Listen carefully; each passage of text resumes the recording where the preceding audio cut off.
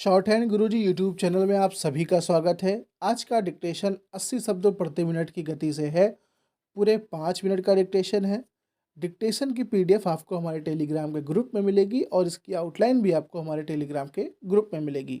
अगर अभी तक आपने हमारे चैनल को सब्सक्राइब नहीं किया है तो सब्सक्राइब कर लीजिए और अपने दोस्तों के साथ इसको शेयर करना नहीं भूलना है। डिक्टेशन स्टार्ट करते हैं 5 सेकंड के बाद। Ready, start. यह न केवल उल्लेखनीय है बल्कि भारत की बढ़ती महत्ता का परिचायक भी कि पिछले कुछ दिनों से नई दिल्ली में विदेशी मेहमानों का तांता लगा हुआ है। बीते 10 दिनों से शायद ही कोई दिन ऐसा बीता हो जब कोई विदेशी राजनयिक भारत न आया हो। इसमें जापान के प्रधानमंत्री से लेकर ऑस्ट्रेलिया, ग्रीस, ओमान, ब्रिटेन, चीन, मैक्सिको के विदेश मंत्री एवं जर्मनी, यूरोपीय संघ के विशेष प्रतिनिधि और अमेरिका के उप राष्ट्रीय सुरक्षा सलाहकार तक शामिल हैं। इन सब के बीच भारतीय प्रधानमंत्री की ऑस्ट्रेलियाई पीएम से वर्चुअल बात भी हुई है। रूस के विदेश मंत्री के बाद नेपाल के प्रधानमंत्री भी भारत आने वाले हैं।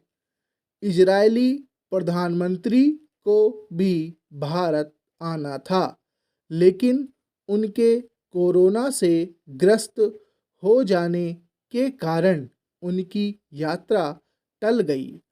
इस दौरान जहां भारतीय विदेश मंत्री मालदीव और श्रीलंका गए, वहीं प्रधानमंत्री मोदी ने बिम्स्टेक देशों के शिखर सम्मेलन को संबोधित किया। यह वह क्षेत्रीय सहयोग संगठन है जिसके माध्यम से उस कमी को पूरा किया जा रहा है जो दक्षेस के निष्प्रभावी होने के कारण देखने को मिल रही थी।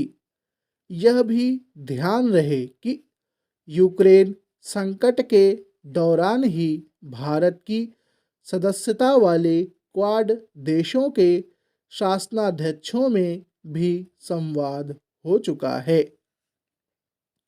इसके पहले ऐसे किसी कालखंड का स्मरण कठिन है जब भारत विश्व के प्रमुख देशों के केंद्र में इस तरह आया हो।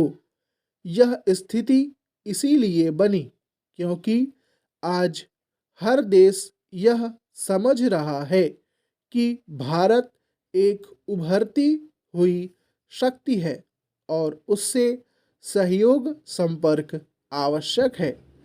भारत की इस अंतर्राष्ट्रीय अहमियत के पीछे भारतीय प्रधानमंत्री की वह कूटनीतिक सक्रियता है जो उन्होंने बीते 7-8 वर्षों में और यहाँ तक कि कोरोना काल में भी दिखाई।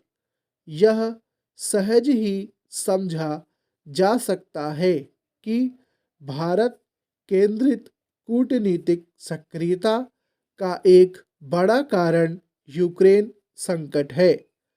इस संकट का समाधान चाहे जिस रूप में हो, यह तय है कि विश्व व्यवस्था में बदलाव होने जा रहा है और उसमें भारत की एक बड़ी भूमिका होने वाली है।